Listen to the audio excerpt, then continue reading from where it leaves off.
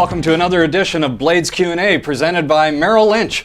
Mike Kelly joined by Chris Palin, the Vice President of Business Development for the Florida Everblades. And Chris, the American Hockey League announced that they are anticipating a start date of February the 5th. How does that affect the Everblades? Well, first, Mike, it's great to see you. Glad to be back at the table here answering questions for our season ticket holders and everyone out there who asked us some specific questions. It'd be good to get the answers. And obviously, I'd like to thank Merrill Lynch as well for their sponsorship of this. So the AHL schedule and the NHL schedule don't affect us at all. We will move on with our start in December. Whenever they decide to play, it will be up to them, but it doesn't affect us at all. The ECHL has announced the opening 10 games for the Everblades. When can we expect the rest of the schedule to be announced? Well, I'm going to guess, Mike, that it's going to be sometime around middle to late December. If you put the plan together, the teams that will opt in will have until the end of November to do that. So we know Atlanta and Norfolk are out right now. The rest of the teams, based on their jurisdiction, will be in, depending on whether they can play or not. If they can play based on jurisdiction, then we'll know that at the end of November. So for the league to put together a schedule of however many teams that is, it's probably going to take a little bit of time. So I would venture to guess somewhere around mid-December at the earliest to late December. But they were very quick with the first schedule, so I'd anticipate saying somewhere around mid-December. How many spectators will be allowed in Hertz Arena for the Everblades games? So let's back up on this one and talk about prior to Phase 3. We were working closely with the CDC and the Health Department to establish, obviously, a capacity for our fans.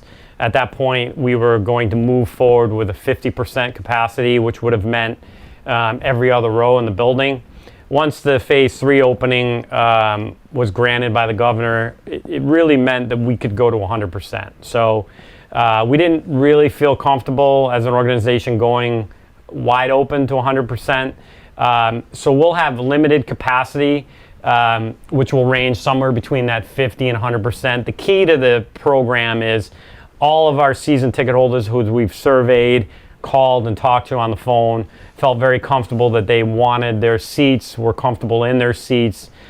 So this allows everyone to kind of keep their locations. So there'll be specific social distancing locations that we'll have in place to keep people comfortable if they don't feel comfortable sitting next to somebody specific. Again, with most of our conversations with our season ticket holders, they know the people they sit next to and they're comfortable with that, as long as everyone's wearing a mask. So that was part 2 of this. There will be a mandatory mask mandate for everyone. So if you round out sort of the protocols, mask mandate, limited capacity, but everyone will keep their seat locations and we'll have social distance seatings in certain areas if you don't feel comfortable. Will there be space between the seats? That depends on your location. So in the general area that's usually fairly crowded, there still will be people around you. So we will block off seats where if there's like a single or a pair near you that aren't season ticket seats, but in those general areas where everyone congregates, they're going to still be packs of people. So that's why, again, the masks are important, and if people don't feel comfortable, they can move to other locations. But we have surveyed pretty much everyone via phone, and that's the answers we're getting back that everyone's comfortable in. Another part of that is if you don't feel comfortable at all, you're welcome to defer to next year, and you can have your seats for next year. The promotional schedule has not been announced as of yet. A lot of folks are wondering, will there be a teddy bear toss game this year? That's a great question, Mike. Obviously, things change daily here, right? So, we're going to go at the first 5 games as if, we're going to try to simplify everything. We don't know what kind of obstacles we're going to face in those first 5 games. We want to make sure we have all hands on deck to make sure everyone's safe first. So that's our focus. So, we won't have any theme nights. Once that second schedule comes out, assuming, again, everything's moving more towards additional openings, that's when we'll lay out that promotional schedule. If you think about a teddy bear toss, part of the reason we did it around the holidays is because The guys have been great about delivering bears to the hospital, the kids. That couldn't happen right now, obviously.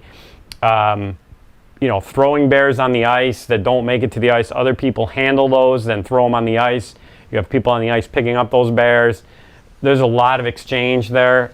It just is a promotion that doesn't make sense to do right now. But our hope is the teddy bear toss, the pink in the rinks, the military nights, all of those will be programmed second half of the year once we get our schedule, and again, we continue to open towards full capacity. We would love to have 7,000 people in the stands, not 4,000 or 5,000 for a teddy bear toss or a pink in the rink like we've had in the past. So we want to make sure that we're moving towards that. What plans does the team have to clean Hertz Arena? So we'll have specific protocols in place. We've cleaned thoroughly. It took almost 4 weeks, a little over 3 weeks. We've cleaned all the club seats, so the upholstered seats have all been cleaned and sanitized through a process. Each game night we'll have a robust cleaning crew, expanded from what we've had in the past. They'll come in and clean all the areas. We're working on additional protocols that will be called on by the league and our local jurisdiction. So we've got it on our list to make sure the building is cleaned after every event, not just hockey, and it's ready to go for the next event. Will season ticket members be able to get their seats if they decide to opt in later in the season? Sure. So what we'll do is we're working with Ticketmaster and Artix right now within the system to find a way to hold those seats. So whether they defer to next year or they defer and decide later on, those tickets will still be in their account and available to them. Now, we will, if they defer to next year or they defer now and say they don't want to be part of it early on, those tickets are going to be opened up to the public to purchase. So even though they own those seats for later on. So there may be a few games, depending on when they decide to opt in, that might not be available to them.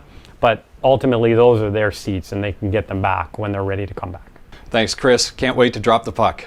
Thank you, Mike. Always a pleasure doing this with you, and go Blades. Go Blades. Sounds good. Chris Palin, Vice President of Business Development. I'm Mike Kelly. Thanks for joining us on another edition of Blades Q&A presented by Merrill Lynch.